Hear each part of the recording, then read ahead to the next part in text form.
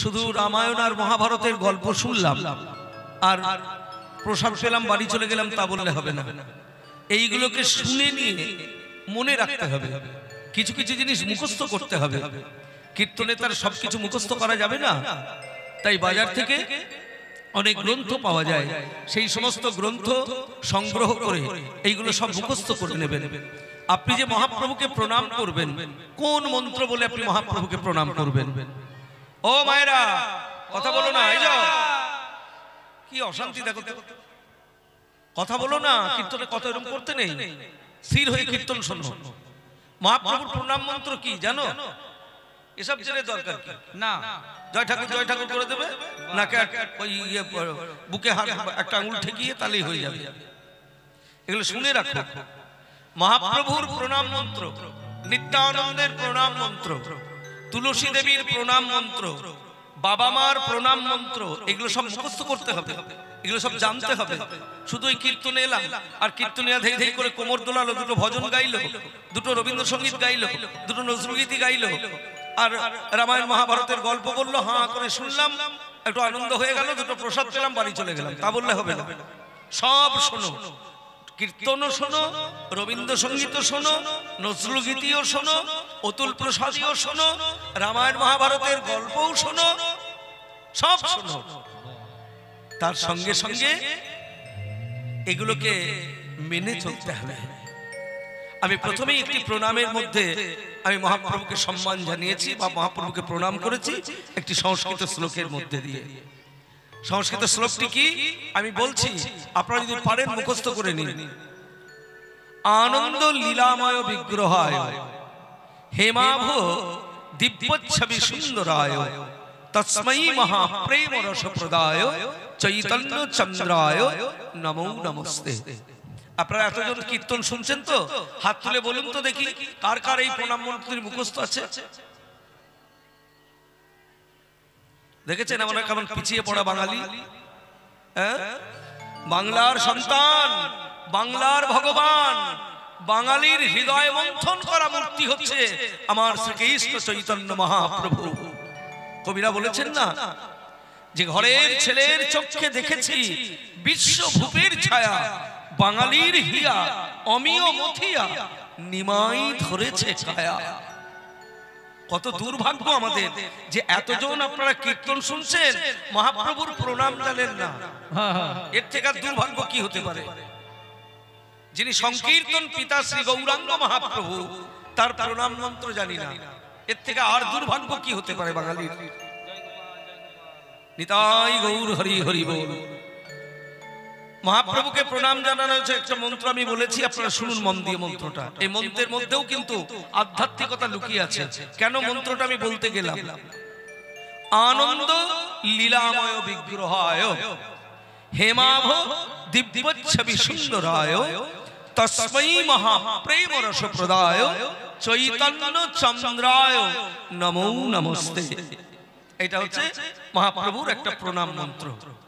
হ্যাঁ, এইবার এই প্রণামের মধ্যে তত্ত্ব লুকিয়ে রয়েছে কি? কেন আমি প্রণামটি বলতে গেলাম আপনাদেরকে, কেন আমি প্রণামটা শোনাতে গেলাম আপনাদেরকে, কোন তত্ত্ব লুকিয়ে রয়েছে? প্রথমেই বলা হয়েছে আনন্দ লীলাময় বিগ্রহায়। ভগবান শ্রী গৌরাঙ্গ মহাপ্রভু হলেন আনন্দের আনন্দ এবং লীলাময় বিগ্রহ। তিনি হলেন আনন্দের আধার, নিজেকে সব সময়ের মধ্যে তিনি আনন্দে ডুবিয়ে রেখে দিয়েছেন। নিতাই গৌর হরি হরি বল হরি বল। এখন আপনারা সবাই বলতে পারেন, ভাই আমরা কি কম আনন্দে থাকি? যারা কীর্তন শুনছে, যারা কীর্তন গাইছে, যারা কীর্তনের আয়োজন করেছে, আমরা কি সব নিরানন্দে থাকি নাকি? আমরা তো সবাই আনন্দের মধ্যেই থাকি। হ্যাঁ কি গো মায়েরা, আপনারা আনন্দের মধ্যে থাকেন না? আপনারা আনন্দের মধ্যে থাকেন, আমরাও সবাই আনন্দের মধ্যে থাকি। তাহলে ভগবান আনন্দের মধ্যে থাকেন, এটা জেনে আমার লাভ কি হবে? বলে জেনে লাভ কি হবে জানো? দুইজনের আনন্দটা একটু দেখে নাও, ভালো করে শুনে নাও যে ভগবানের আনন্দ কেমন আর আমাদের আনন্দ কেমন। ভগবানও তিনটে আনন্দে নিজেকে সদা সর্বদা ডুবিয়ে রেখে দিয়েছেন, আর আমরাও নিজেরা নিজেদেরকে তিনটে আনন্দের মধ্যে সদা সর্বদা ডুবিয়ে রেখে দিয়েছে। ভগবান তিনটে আনন্দের মধ্যে নিজেকে ডুবিয়ে রেখে দিয়েছেন সব সময়ের জন্য। সেই তিনটে আনন্দ কি কি? একটা হচ্ছে সৎ, একটা হলো চিৎ, আর একটা হলো আনন্দ। সৎ, চিৎ, আনন্দ, যার জন্য ভগবানকে বলা হয় সচ্চিৎ আনন্দ বিগ্রহ। নিতাই গৌর হরি হরি বল। ভগবানের 1 নম্বর আনন্দ হচ্ছে সৎ, ভগবানের 2 নম্বর আনন্দ হচ্ছে চিৎ, আর ভগবানের 3 নম্বর আনন্দ হচ্ছে আনন্দ। এই তিনটে আনন্দের মধ্যে ভগবান তিনি নিজেকে ডুবিয়ে রেখে দিয়েছেন। নিতাই গৌর হরি হরি বল। যারা কীর্তন শুনছেন, যারা কীর্তন গাইছেন, যারা কীর্তনের আয়োজন করেছেন, আমরাও কিন্তু প্রত্যেকেই আমরা নিজেদেরকে তিনটে আনন্দের মধ্যে ডুবিয়ে রেখে দিয়েছি। সেই তিনটে আনন্দ কি কি? একটা হচ্ছে সত্য, একটা হচ্ছে রজ, আর একটা হচ্ছে তম। শুনে নাও কথাগুলো কত গুরুত্বপূর্ণ। দেখো, আমরা প্রত্যেকেই তিনটে আনন্দে আমাদেরকে বিলিয়ে দিয়েছি। সেই তিনটে আনন্দ কি কি? একটা হলো সৎ, একটা হলো সদ্গুণ সম্পন্ন, একটা হলো রজগুণ সম্পন্ন, আর একটা হচ্ছে তমগুণ সম্পন্ন। এই তিনটে আনন্দ। এইবার আনন্দগুলো কি রকম এটাও শুনে নিতে হবে। প্রথমে বলি রজগুণের আনন্দটি কেমন। দেখবেন অনেক মানুষ আছে জগতে যে ভালোভাবে মুঠো মুঠো টাকা রোজগার করব, একটা ভালো বাড়ি তৈরি করব, যদি প্রয়োজন হয় গ্রামেও একটা বাড়ি থাকবে, কলকাতায় একটা ভালো জায়গায় একটা ফ্ল্যাট থাকবে, গ্রামের বাড়িতে একটা গাড়ি থাকবে, কলকাতার ফ্ল্যাটে একটা গাড়ি থাকবে, 2-5টা চাকর বাকর নিয়ে বেশ পায়ের উপর পা দিয়ে বাবুগিরি করে সারাটা জীবন আমি চলাফেরা করব। কথাগুলো খুব মন দিয়ে শুনবেন মায়েরা, গভীর তত্ত্ব এর মধ্যে লুকিয়ে আছে। এই জগতে অনেক মানুষ আছে, অনেক রকমের, এই রকমের মানুষ আছে যারা এই আনন্দের মধ্যে নিজেদেরকে ডুবিয়ে রাখতে ভালোবাসে। একে বলে রজগুণের আনন্দ। আর একটা হচ্ছে তমগুণের আনন্দ। তমগুণের আনন্দ কেমন? দেখবেন অনেক লোক আছে সারাদিন হাড় ভাঙা পরিশ্রম করে, হাড় ভাঙা পরিশ্রম করে দেখা গেল হয়তো 500 টাকা রোজগার করেছে, ঘরে ফেরার সময়ে দোকান থেকে 200 টাকার মদ গিলে টলতে টলতে এসে বাকি 300 টাকা বউকে দিয়েছে, যাও এটা নিয়ে সংসার। এইটাতেই তাদের আনন্দ। অনেক মানুষ আছে যারা পরিষ্কার কথা যথেচ্ছাচারিতার মধ্যে জীবন যাপন করে, একে বলে তমগুণের আনন্দ।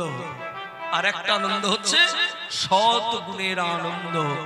সেই আনন্দটি কেমন না, আমি সকল কিছু করব, আমি বাড়িও করব, আমি গাড়িও কিনবো, আমি ফ্ল্যাটও করব, আমি চাকরিও করব, আমি ব্যবসাও করব, আমি পড়াশোনাও করব, তার সঙ্গে সঙ্গে আমি প্রাণ ভরে ভগবানকে ভালোবাসবো। এগুলো আমার আনন্দ নয়, এগুলো হচ্ছে আমার কর্তব্য।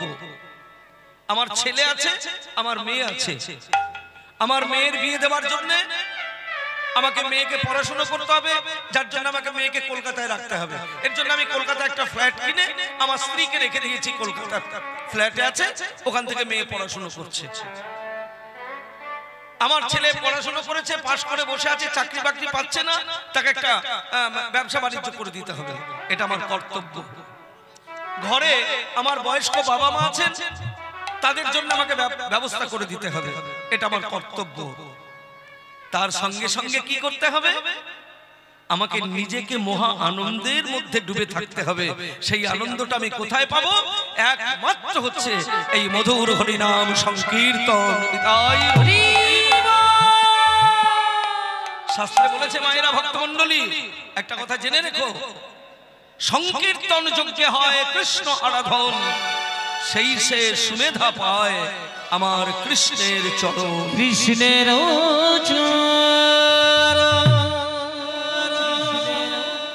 আমি শ্যামল বাবুকে বলেছিলাম যে শ্যামল বাবু, আপনি যা সারা বছরে রোজগার করেন তার বেশিরভাগ টাকাই তো আপনি হরিনামে খরচা করে দেন। হ্যাঁ, আপনি নিজের জন্য কত কি রাখলেন? আপনি এত ভালো ডিপার্টমেন্টে একটা চাকরি করছেন, তা বছরে তো আপনি মাইনের বেশিরভাগ টাকাই হরিনামে খরচ করে দিচ্ছেন, লক্ষ লক্ষ টাকা খরচ করে দিচ্ছেন, তাহলে আপনি জমিয়ে রাখলেন কত? শ্যামলবাবু বলেছিলেন, দাদা আমি আমার কর্মফল নিয়ে জন্মগ্রহণ করেছি, বাবা মা আমাকে মানুষ করেছেন, ভগবানের কৃপায় আমার একটা কর্মসংস্থান হয়েছে, আমি সবাইকে সুখে রেখে সবাইকে শান্তিতে রেখে আমি যদি একটু করে ভগবানের নামের মধ্যে আনন্দ উপভোগ করতে পারি, তাহলেই যেন আমার মানব জীবনের সফলতা নেমে আসবে, মানব জীবনের সার্থকতা নেমে আসবে। এর থেকে আর আমাদের জীবনের বড় পাওনা কি থাকতে পারে বলুন? এর থেকে আমাদের জীবনের বড় আনন্দ কি থাকতে পারে? এই জগতের আনন্দ হচ্ছে ক্ষণিকের আনন্দ, যে আনন্দের কোনো মূল্য নেই, এখনই আছে এখনই নেই।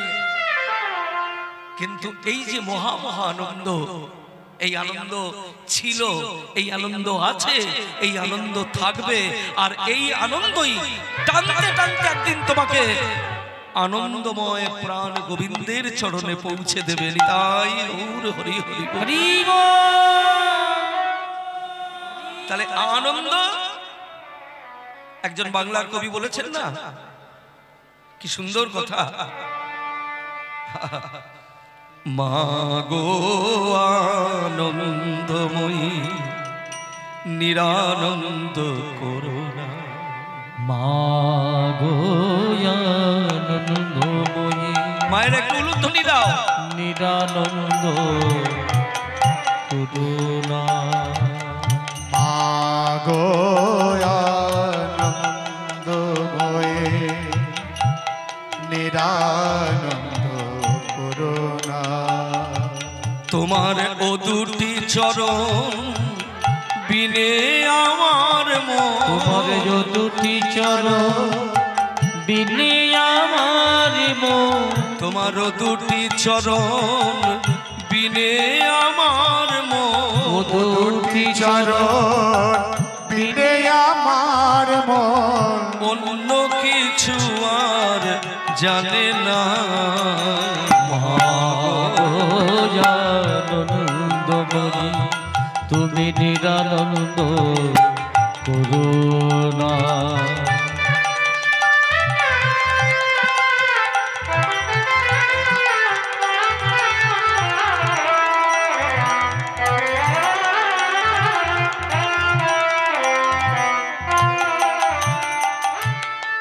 ভবানী বলিয়ে ভবে যাব চলে, মনে ছিল এই বাসনা।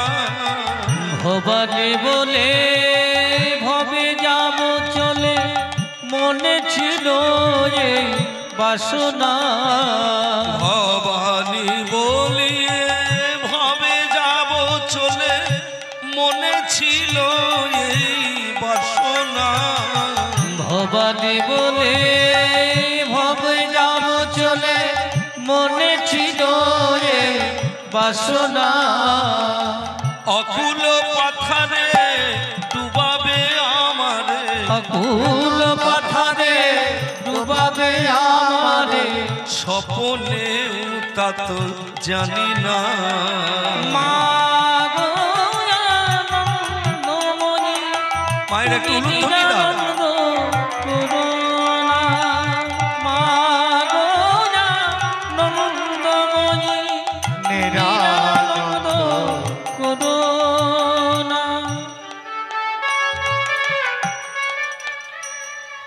কি সুন্দর কথা দেখেছেন? আমি ওই জন্যই তো একটু আগে বললাম যে বাঙালিদের দুর্ভাগ্য যে বাঙালিরা এই সবগুলো আস্বাদন করে না। আমি একটু আগে ওই জন্যই বললাম আপনাদের যে আপনারা মহাপ্রভুর প্রণাম মন্ত্র জানেন না, এর থেকে আর দুঃখের কি হতে পারে? অথচ আপনারা কীর্তন শুনছেন, সারাদিন কীর্তন হচ্ছে।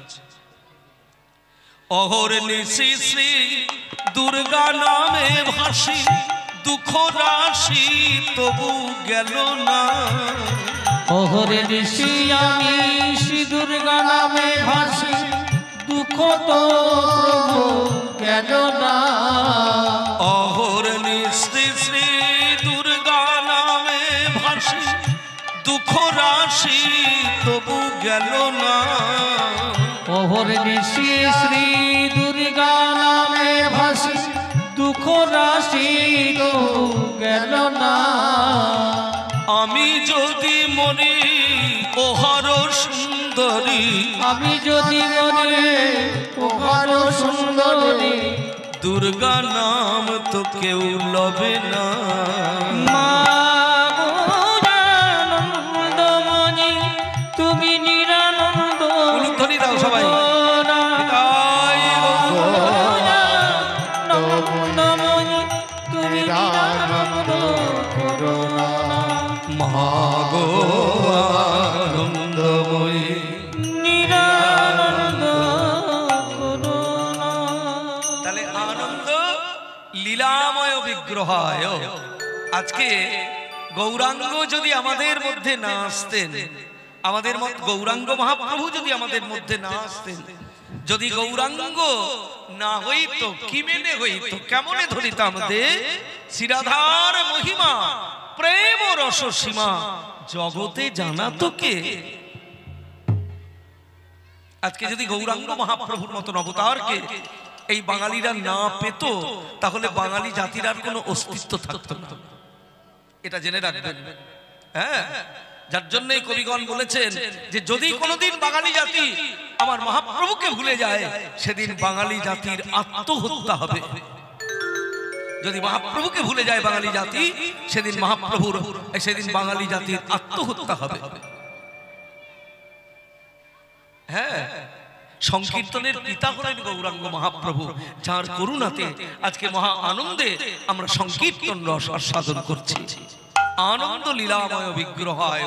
তিনি দেখতে কেমন না, হে মাভ দিব্যচ্ছবি সুন্দরায়। হে মাভ, তার গায়ের রং কেমন?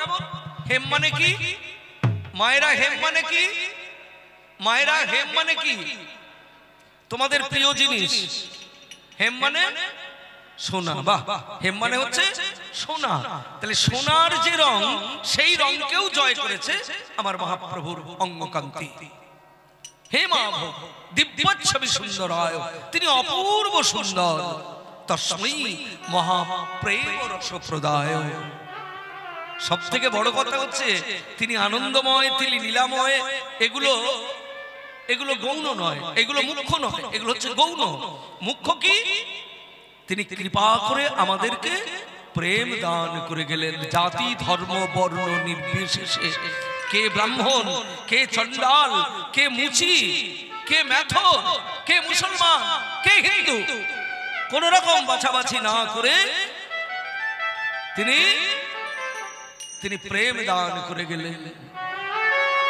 তোমরা গাউরে আনন্দ ভরে হরে কৃষ্ণ নাম। তোমরা গাও রে আনন্দ ভরে হরে কৃষ্ণ নাম। গাউরে আনন্দ ভরে হরে কৃষ্ণ নাম। গাও রে আনন্দ ভরে হরে কৃষ্ণ নাম। গাউরে আনন্দ ভরে হরে কৃষ্ণ নাম। হরে কৃষ্ণ বলো, হরে কৃষ্ণ, সবাই মিলে বলো হরে কৃষ্ণ। সবাই মিলে বলো, হাত তুলে বলো, আমার সঙ্গে বলো হরে কৃষ্ণ, হরে কৃষ্ণ, হরে কৃষ্ণ, কৃষ্ণ কৃষ্ণ হরে হরে, হরে রাম, হরে রাম, রাম রাম হরে হরে। তোমরা গাও গাও হরে কৃষ্ণ নাম গাও অবিরাম। হরে কৃষ্ণ নাম গাও অবিরাম। তোমরা হরে কৃষ্ণ হরে রাম গাও অবিরাম। ওই হরে কৃষ্ণ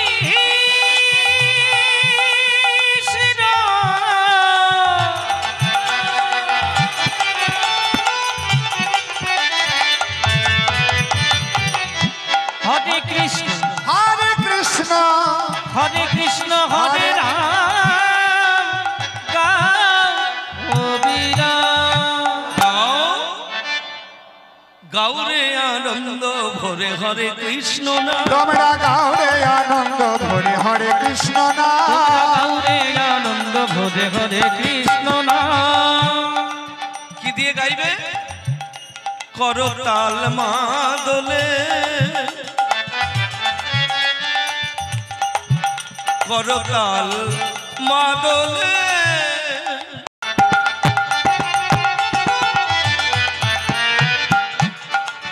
নাচো হরি বলে করতাল করতাল করতাল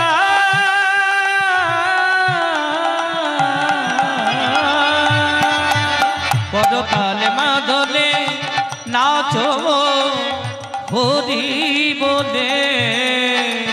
কেন নাম গাইব, কেন নাম করব, নাম করলে তার উপকার কি পাবো? তোরা নামের মাঝে, হরি নামের মাঝে, কৃষ্ণ নামের মাঝে তোরা দেখতে পাবি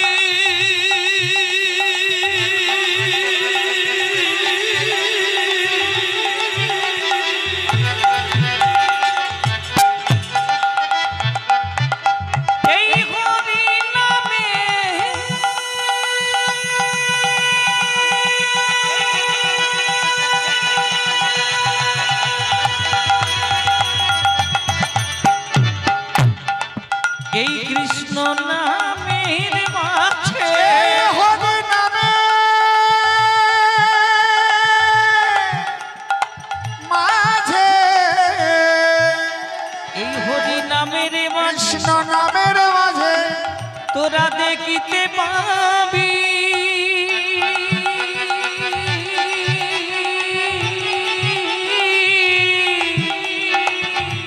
ব্রজের বাঁকা ঘনশ্যাম। গাও তোমরা গাও, তোমরা বদনে ভরে গাও, গাউরে আনন্দ ভরে হরে কৃষ্ণ নাম, তোমরা গাওরে আনন্দ ভরে হরে কৃষ্ণ নাম, গাউরে আনন্দ ভরে হরে কৃষ্ণ নাম, হরে কৃষ্ণ নাম, গাউরে আনন্দ ভরে হরে কৃষ্ণ নাম, তোমরা গাওরে আনন্দ ভরে হরে কৃষ্ণ নাম, তোমরা গাও আনন্দ ভরে হরে কৃষ্ণ নাম, হরে কৃষ্ণ নাম, তোমরা গাওরে আনন্দ ভরে হরে কৃষ্ণ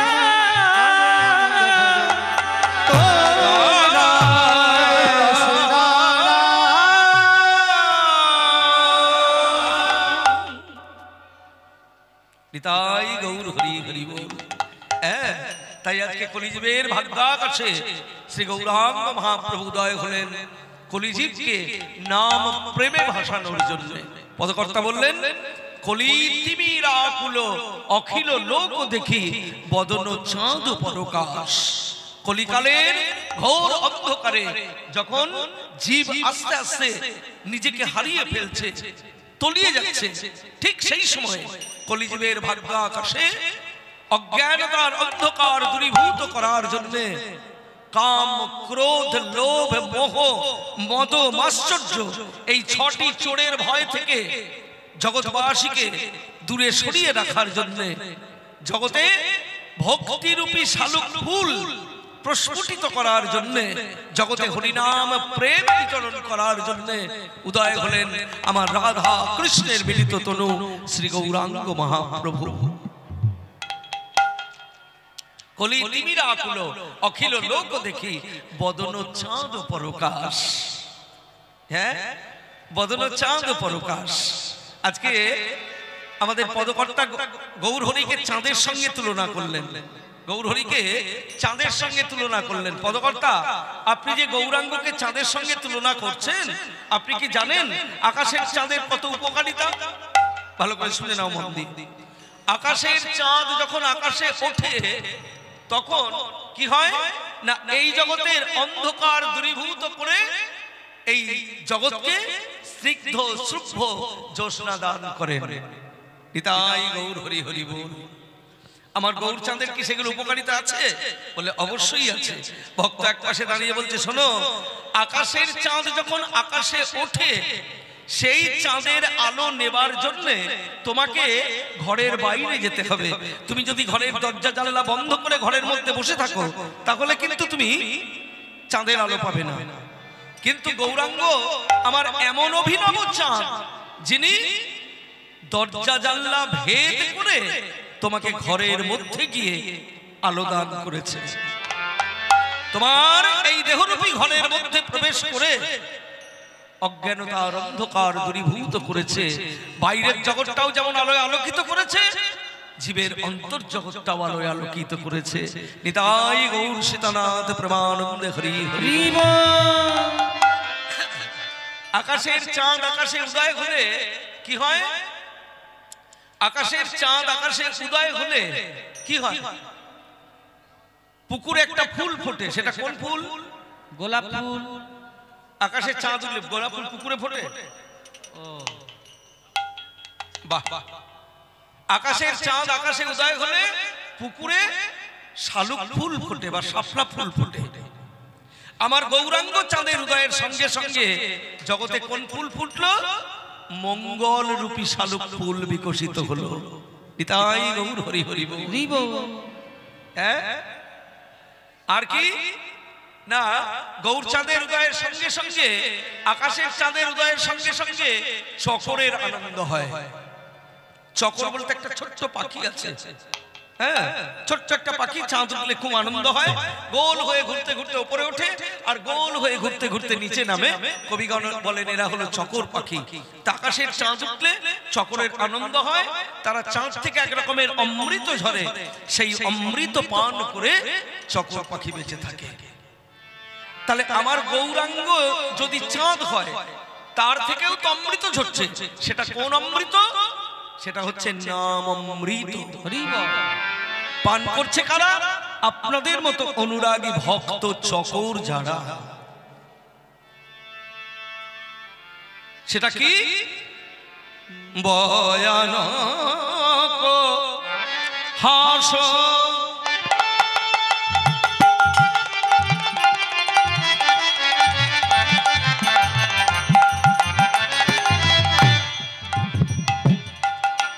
সুধার ঘর সুধার ঘর বরিশালে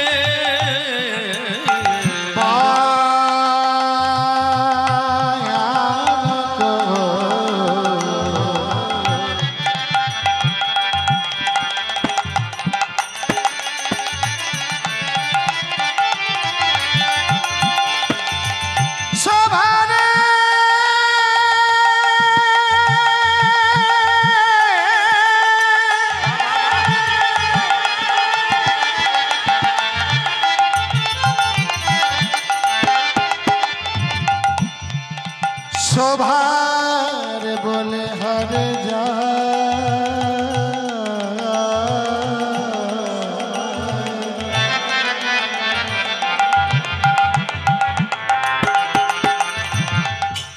ভয়ানক আশা।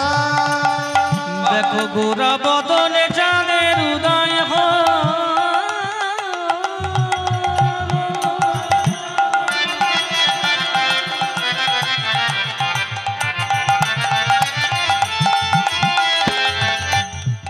কলি জীবের ভাগ্য আকাশে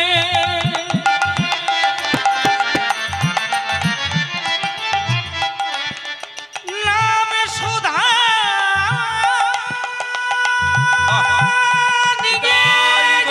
হরি হরি বল।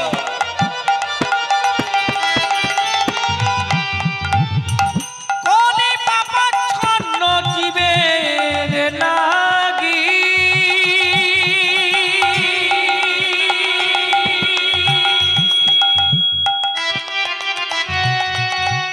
ওরে কলির জি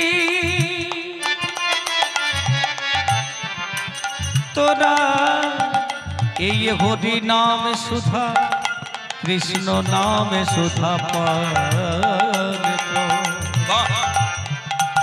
ওই গোলকের গোপনে ধনে তোদের লাগি নিয়ে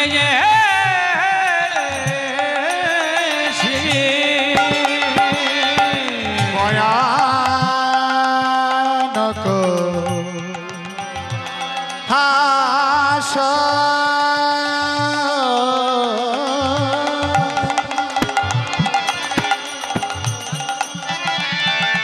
সুধা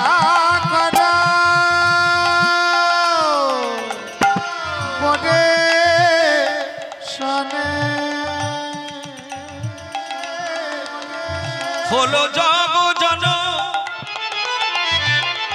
জগজন হলো জগজন তাপ বিনাশা হলো জগ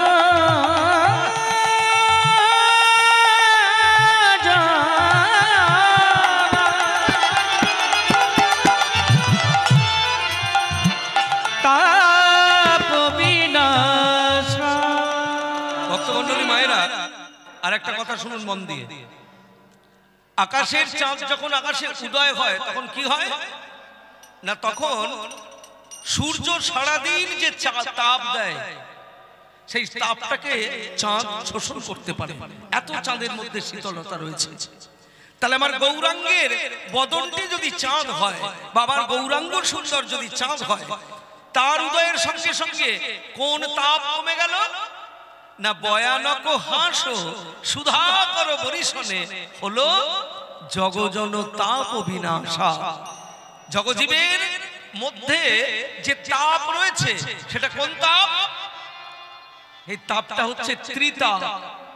ত্রিতাপ, ত্রিতাপ কি? একটা হচ্ছে আদি দৈবিক, একটা হচ্ছে আদি ভৌতিক, একটা হচ্ছে আধ্যাত্মিক। এই তিনটে জ্বালায়, তিনটে তাপে আমরা সদা সর্বদাই দগ্ধীভূত হচ্ছি। মনে রাখবেন কথাগুলো। এই যে তিনটে তাপ আমাদের মধ্যে রয়েছে, আদি দৈবিক, আদি ভৌতিক এবং আধ্যাত্মিক, এই যে তিনটে তাপ, তিনটে জ্বালা, এই তিনটে জ্বালায় সদা সর্বদাই আমরা দগ্ধীভূত হচ্ছি। তো সেই জ্বালাকে নিবৃত্তি করার জন্য মহাপ্রভু জগজীবের মধ্যে আবির্ভূত হলেন। হলো জগজন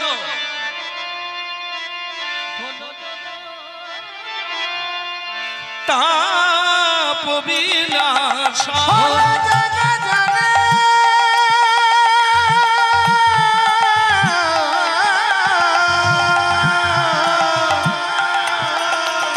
হলো জগ জনতা পবেদা আশা। হলো জগজন তাপ বিনাশা। হলো জগজন তাপ বিনাশা। হলো জগ জন তাপ বিনাশ। জীবের ত্রিতাপ জ্বালা গেল দূরে, জীবের ত্রিতাপ জ্বালা গেল দূরে। জীবের ত্রিতাপ জ্বালা, জীবের ত্রিতাপ জ্বালা গেল দূরে। জীবের ত্রিতাপ জ্বালা গেল দূরে। গৌরাঙ্গের হাসি অমিয়া, গৌরাঙ্গের হাসি অমিয়া পান করে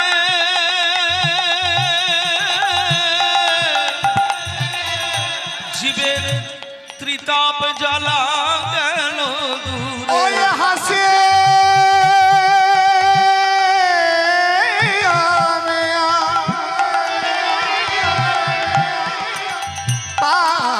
পান করে জীবের ত্রিতাপ জ্বালা গেল দূরে। জীবের হাসি অমিয়া পান করে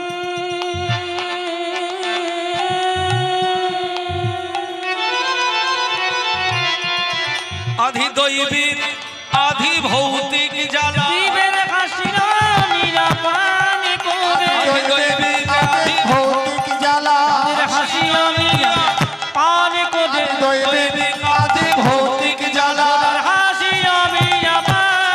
আদি করে দৈবিক আদি ভৌতিক জ্বালা। হাসি অমিয়া পান আদি করে দৈবিক আদি ভৌতিক জ্বালা।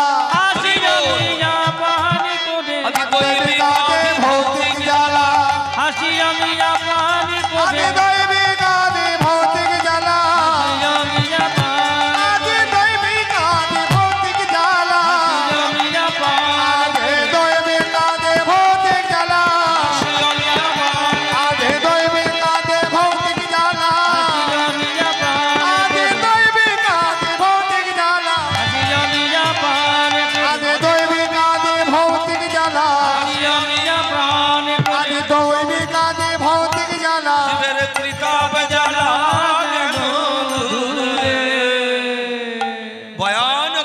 আস সুধাকর বরিশনে হলো জগজন তাপ বিনাশ।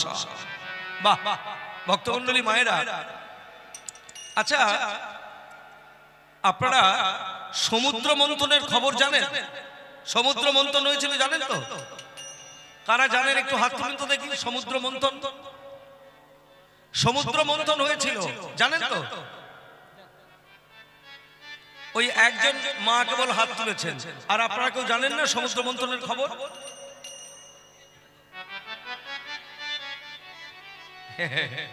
এই তো, তাহলে হাত তুলছেন না কেন? হ্যাঁ, আপনারা হাত তুললে কি হয় জানেন? আমাদের আনন্দ হয়, আর কিছু না। আমি তো বলে দেবই, আমি তো বলবোই, কথাটা যখন প্রসঙ্গতা উঠেছে আমি অবশ্যই বলবো, কিন্তু আপনারা হাত তুললে কি হয়? আমাদের একটু আনন্দ হয়। নিতাই গৌর হরি হরি।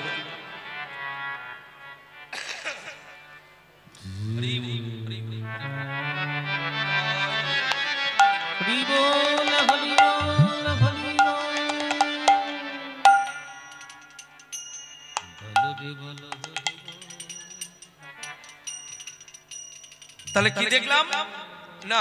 ওই যে সমুদ্র মন্থন। আচ্ছা আস্তে কথাটা যখন উঠলো তখন একটু বলে দিই আপনাদের। আচ্ছা সমুদ্র মন্থন কেন হয়েছিল মায়েরা ভক্তমণ্ডলী? সমুদ্র মন্থনের খবর কি? সমুদ্র মন্থন কেন হয়েছিল? প্রহ্লাদের জ্যাঠামশাই, প্রহ্লাদের বাবারা হচ্ছে দুই ভাই, হিরণ্যাক্ষ এবং হিরণ্যকশিপু, দুই ভাই।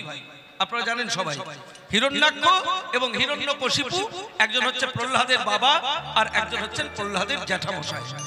তা প্রহ্লাদের বাবা যেমন শক্তিশালী, প্রহ্লাদের জ্যাঠামশাইও সেই রকম শক্তিশালী।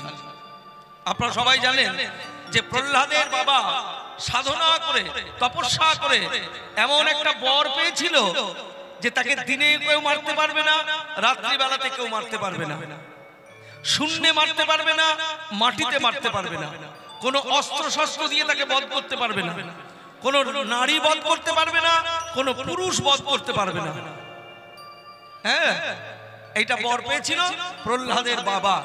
আর প্রহ্লাদের জ্যাঠামশাই তপস্যা করে এতখানি শক্তিশালী হয়েছিল যে পৃথিবীর সর্বশ্রেষ্ঠ শক্তিধর প্রহ্লাদের জ্যাঠামশাই, তার নাম হচ্ছে হিরণ্যাক্ষ, যে সমস্ত পৃথিবীটাকে পর্যন্ত জলের তলায় ডুবিয়ে দিয়েছিল, এতখানি তার ক্ষমতা। আস্তে আস্তে কথাগুলো মন দিয়ে শোনো। সমস্ত পৃথিবীটাকে, পৃথিবীর সমস্ত ভালো ভালো জিনিসগুলোকে ওই হিরণ্যাক্ষ প্রহ্লাদের জ্যাঠামশাই জলের তলায় ডুবিয়ে দিয়েছিল, এবং সেইগুলোকে তোলার জন্যই হয়েছিল সমুদ্র মন্থন।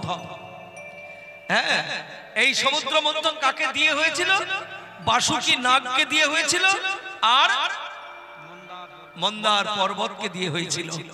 হ্যাঁ, যে পর্বতটা দিয়ে সমুদ্র মন্থন হয়েছিল সেই পর্বতটা কিন্তু এখনো রয়েছে, সেই পর্বতটা এখনো রয়েছে। এবং ওই বাসুকি নাগের গায়ে ঘষা লেগে যে দাগ হয়ে গিয়েছিল, সে দাগটাও আপনারা ওই পর্বতে গেলে দেখতে পারবেন।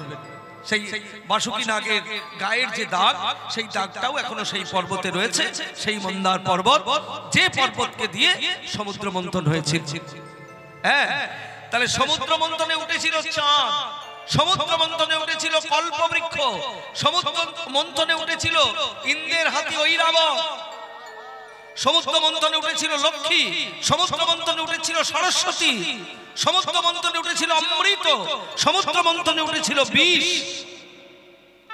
কলিকাল সমুদ্র মন্থন করেও মহাপ্রভুর কৃপায় সেইগুলো সব বাঙালিদের হাতে তুলে দিলেন শ্রীমান মহাপ্রভু।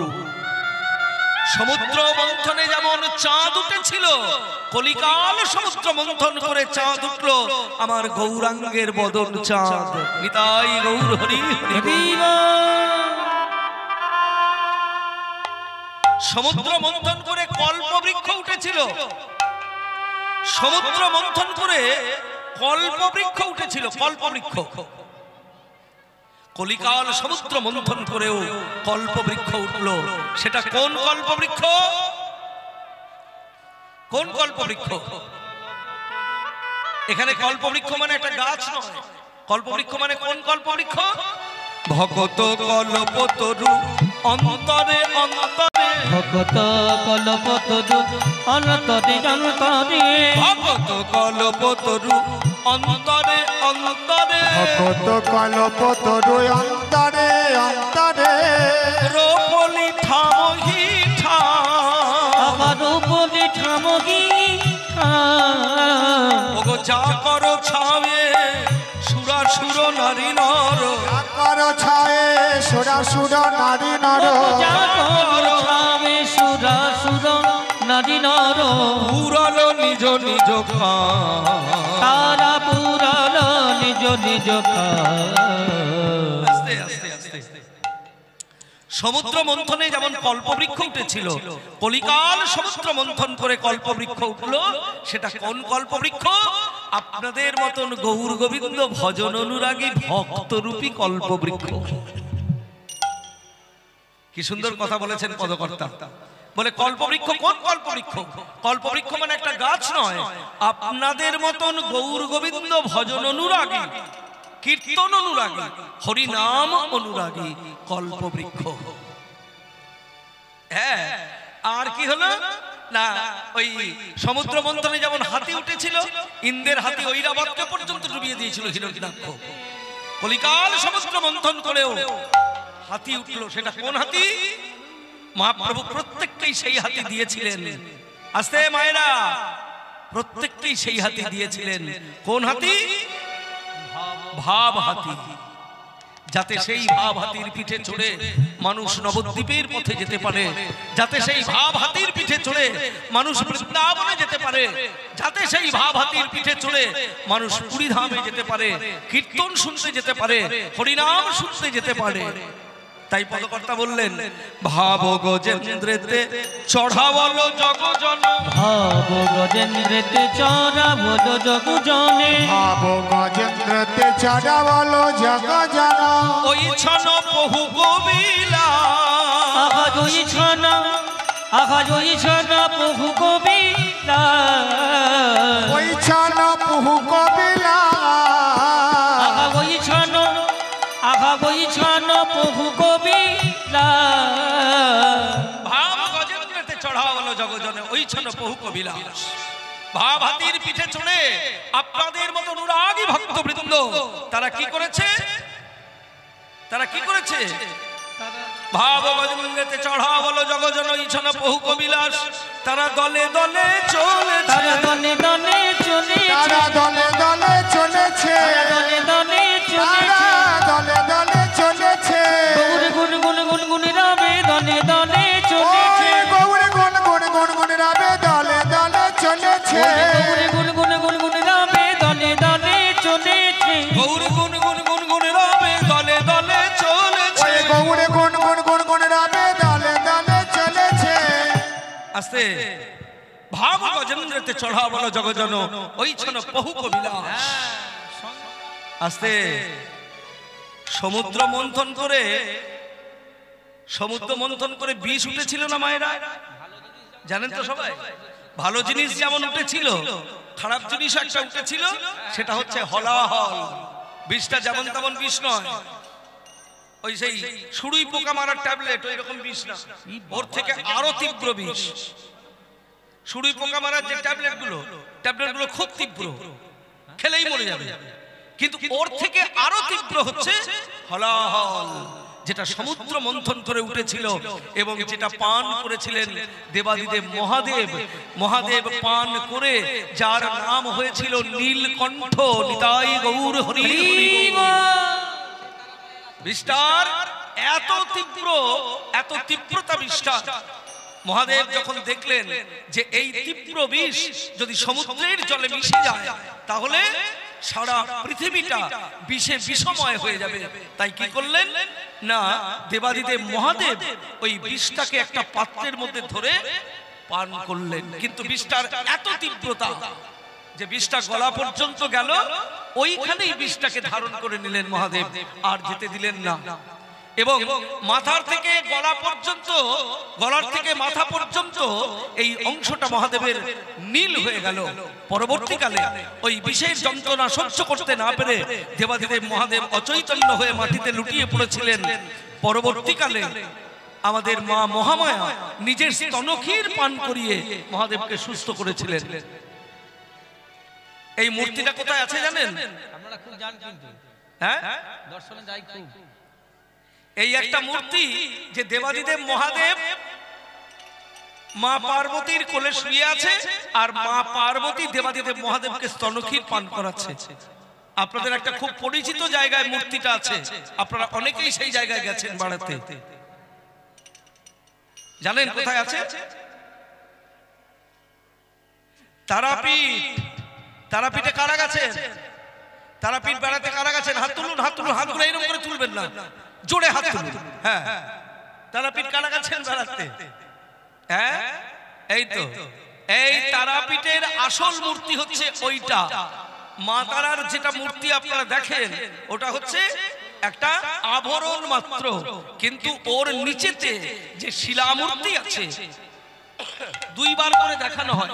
একটা হচ্ছে ভোরে, আর একটা হচ্ছে সন্ধ্যাবেলায়। সন্ধ্যারতি আরতি হয়ে গেল, মন্দির পরিষ্কার করার পরে যদি আপনার ভালো যোগাযোগ থাকে, হ্যাঁ, ওখানকার পুরোহিত যারা আছেন সেই পুরোহিতের সঙ্গে যোগাযোগ করলে তবে খুব সবসময় দেখা যাবে না, খুব যদি আপনার ভাগ্য ভালো হয় তাহলে আপনি দেখতে পাবেন। ঠিক তেমনি কলিকাল সমুদ্র মন্থন করেও বিষ উঠলো। সেটা কোন বিষ? কোন বিষ? ও যে সংসার কালো কুটো বিষে দগ্ধ, ওই সংসার কালো কুটো বিষে দগ্ধ, সংসার কালো কুটো বিষে দগ্ধ হলো। এ কলি গোবিন্দ দাস, আকাশে কলি গোবিন্দ দাস, আহায়ে কলি গোবিন্দ দাস। সংসার কাল কুটো বিষে দগ্ধ হলো। সংসার রূপ কাল কূট বিষ। আস্তে আস্তে আস্তে আস্তে দেখবেন এই সংসারী অনেক মানুষ আছে, সবকিছুতেই কেবল সংসারের দোষ দেয়। ভক্তমণ্ডলী মায়েরা ভালো করে দেখবেন, সবকিছুতে কেবল সংসারের দোষ দেয়। এই চল না একটু কীর্তন শুনে আসি। দাঁড়া, তোর মতো কি আমার সংসার? আমার সংসারে কত কাজ, ছেলে আছে, মেয়ে আছে, স্বামী আছে, বুড়ো বাবা আছে, এগুলো সব দেখাশোনা করতে হবে না? কীর্তন কি আর? নিতাই গৌর হরি হরি বল। শোনো, সংসারটা দোষ দিও না। একটা কথা মনে রাখবেন মায়েরা, ভক্তমণ্ডলী, যে কথাগুলো বলছি এই কথাগুলো ওষুধ বিক্রির কথা নয়, কথাগুলো খুব গুরুত্বপূর্ণ কথা এবং শাস্ত্রীয় সিদ্ধান্তের কথা। একটা সন্ন্যাসীর কাছে যেমন তার মন্দির বা আশ্রমটা গুরুত্বপূর্ণ একটা জায়গা ভজন সাধনের, একটা সংসারী মানুষের কাছে সংসারটাও কিন্তু ওই রকমই একটা গুরুত্বপূর্ণ জায়গা, ওই রকমই একটা মন্দির, ওই রকমই একটা আশ্রম। কিন্তু আমার মতন ওই অপদার্থগুলো সংসারের মধ্যে গিয়ে, সংসার রূপী মন্দিরের মধ্যে গিয়ে আমি অপবিত্র করে দিই সংসারটাকে। নিতাই গৌর হরি হরি বল। দোষটা সংসারের নয়, দোষটা হচ্ছে আমার। ওই যে একটা ঘটনা আছে না, একদিনকে একজন ভক্ত গেছে এক গুরুদেবের কাছে দীক্ষা নিতে। মায়েরা শোনো মন দিয়ে, একদিনকে একজন ভক্ত গেছে এক গুরুদেবের কাছে দীক্ষা নিতে। আমায় দীক্ষা দেন গুরুদেব, আমায় দীক্ষা দেন, ও গুরুদেব আমায় দীক্ষা দিন। বলে ঠিক আছে বাবা, দীক্ষা যখন নিতে এসেছো দীক্ষা আমি দেবো। আচ্ছা, দীক্ষা নেওয়ার পরে তোমরা আমাকে দক্ষিণা দেবে তো? হ্যাঁ অবশ্যই দেবো, আমার অনেক টাকা পয়সা, আপনাকে অনেক কিছু দেবো আমি। বলুন আপনি কি চান? বলুন আপনি কি চান, যা চাইবেন সব দেবো। যা চাইবেন আপনাকে সেই রকম দক্ষিণা দেওয়া হবে। বলে শোনো, এক কাজ করো, তোমায় এই আস্তে আস্তে তোমায় দক্ষিণা দেব, এই দীক্ষা দেব। তুমি এক কাজ করো, এই জগতের সব থেকে যেটা খারাপ জিনিস তুমি সেইটা আমাকে দক্ষিণা দাও। বাবা ভালো করে শুনবেন কথাটা মায়েরা, ভক্তমণ্ডলী মন দিয়ে। এই জগতের সব থেকে যেটা খারাপ জিনিস সেইটা তুমি আমাকে দক্ষিণা দাও। এইবার শিষ্য খুঁজতে বেরিয়েছে খারাপ জিনিস, আমি গুরুদেবকে কি দক্ষিণা দেব? নিতাই গৌর হরি হরি বল। খারাপ জিনিস গুরুদেবকে আমি কি দক্ষিণা দেব? খুঁজতে খুঁজতে খুঁজতে খুঁজতে অনেক দিন পরে তার মনে হয়েছে একটা খারাপ জিনিস। সেটা কি? সে নিজে মলত্যাগ করতে বসেছে, মানে পায়খানা করতে বসেছে। পায়খানা করতে বসে মনে মনে ভাবছে এইটাই তো সবথেকে খারাপ জিনিস। হ্যাঁ, এটা তো মানুষ গ্রহণ করে না, এটা মানুষ ত্যাগ করে। এত দুর্গন্ধ